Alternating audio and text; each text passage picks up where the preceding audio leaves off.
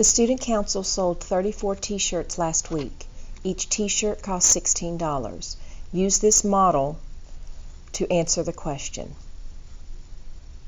The model here is an area model with the numbers already broken apart. The equation is a combined question, 34 groups of 16.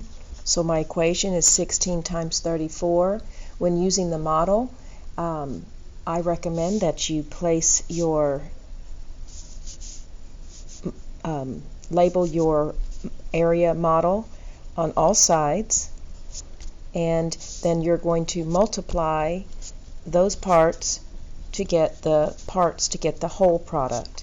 So 6 times 30 is 180, multiplying 6 times 3 and then adding the 0. 10 times 30, 1 times 3 is 3 with my 2 zeros.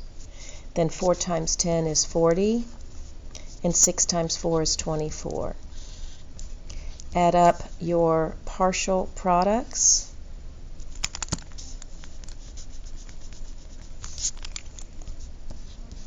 Be sure and regroup. And your answer choice is C, 544.